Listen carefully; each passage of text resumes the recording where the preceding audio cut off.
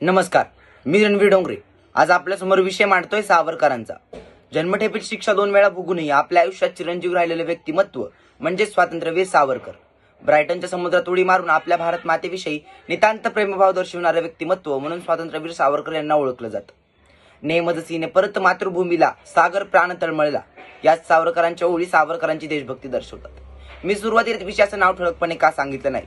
मी म्हणालो की विषय मांडतोय सावरकरांचा, कारण माझ्या मते आज आपल्या समाजात अशी कारण निर्माण झालेली आहेत की त्या कारणांमुळे होय मी पण सावरकर असं म्हणणं मला स्वतःलाच लाजवेल. तर थेट मुद्द्यांकडे वळूया.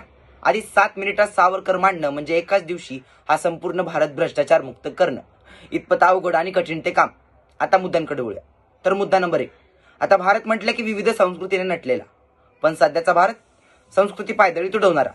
आता मी जे पुढे बोलेल ते तुम्हाला जरा खटकेल, पण ते महत्वाचं. मुलगा सकाळी शाळेत गेला, शाळेतून परत आला. मुलाला विचारलं काय शिकवलं, तर तो मुलगा म्हणतो जॉनी जॉनी येस पप्पा. का? जय जय महाराष्ट्र कविता का नाही हवी त्याला?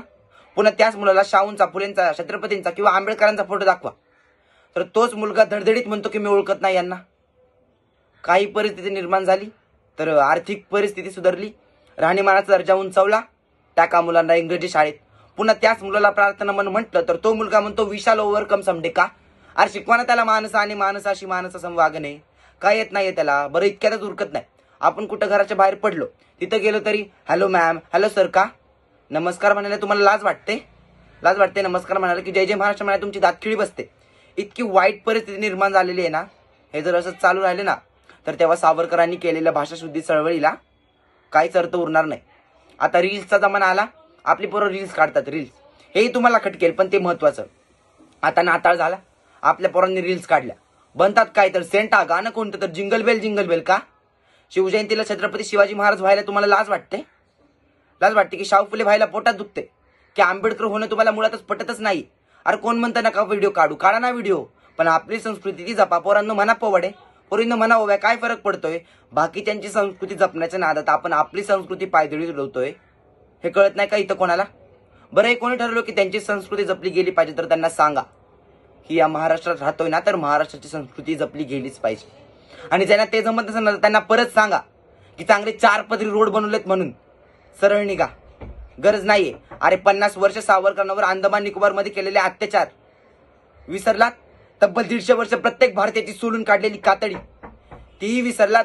अरे एवढंच नव्हे तर आपल्या आया बहिणीवर एका पाठोपाठ बलात्कार करणारे इंग्रज अधिकारी आठवा. मग कळेल आपण काय करतोय किती मोठी चूक करतोय ते. मुळात इथं मुद्दा हा तुमच्या संस्कृतीला किंवा तुमच्या परंपरांना नावं ठेवण्याचा नाहीच आहे. इथं मुद्दा आहे सत्याने सत्य मान्य न करण्याचा. इथं मुद्दा आहे सत्याने सत्य डांबून ठेवण्याचा. इंग्रज होते वाईट तर होते, करा ना मान्य. अडचण काय तुम्हाला मान्य करायला? एखादी गोष्ट काने नाही किती गोष्ट खरी. आता इतिहास घडला, हे घडून गेले, करा मान्य. अडचण काय तुम्हाला मान्य करायला की इंग्रज वाईट होते म्हणून?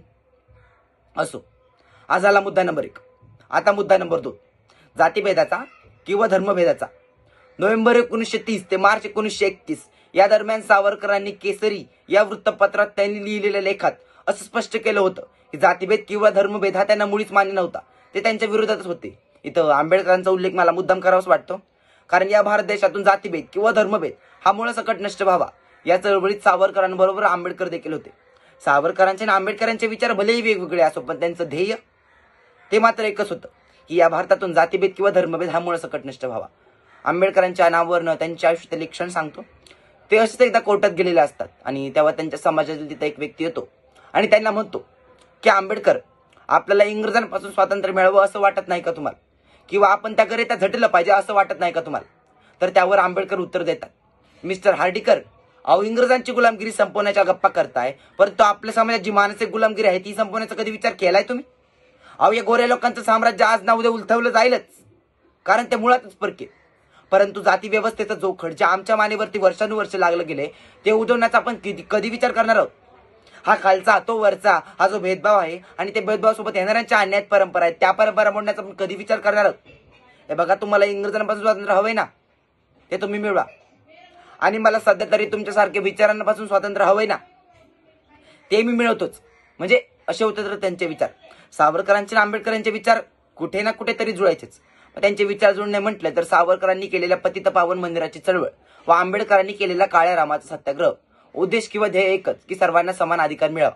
आपल्या भारत देशाला स्वातंत्र्य मिळावं म्हणून कित्येक तरी महान पुरुष झटले, लढले, पार त्यांच्या रक्ताचं पाणी केलं त्यांनी, पार त्यांच्या हाडाची काढ झाली. पण आज काय अर्थ उरलाय त्यांच्या त्या चळवळींना किंवा झटण्याला?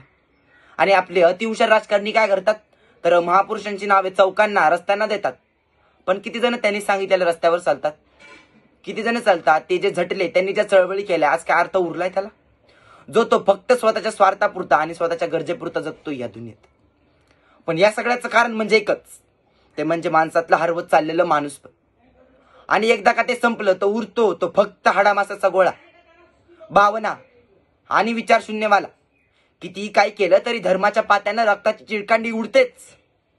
आणि मग रक्त पिते जात, मग अनेक रंग, अनेक झेंडे, अनेक जाती धर्म, पण माणसाचं काय?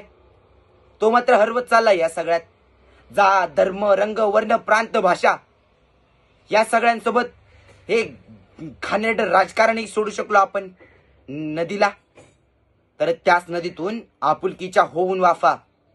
मग बनतील त्याचे ढग, मग पडेल खुशाल पाऊस प्रेमाचा. आणि त्या पावसात भिजणारा फक्त माणूसच असेल, फक्त माणूसच असेल.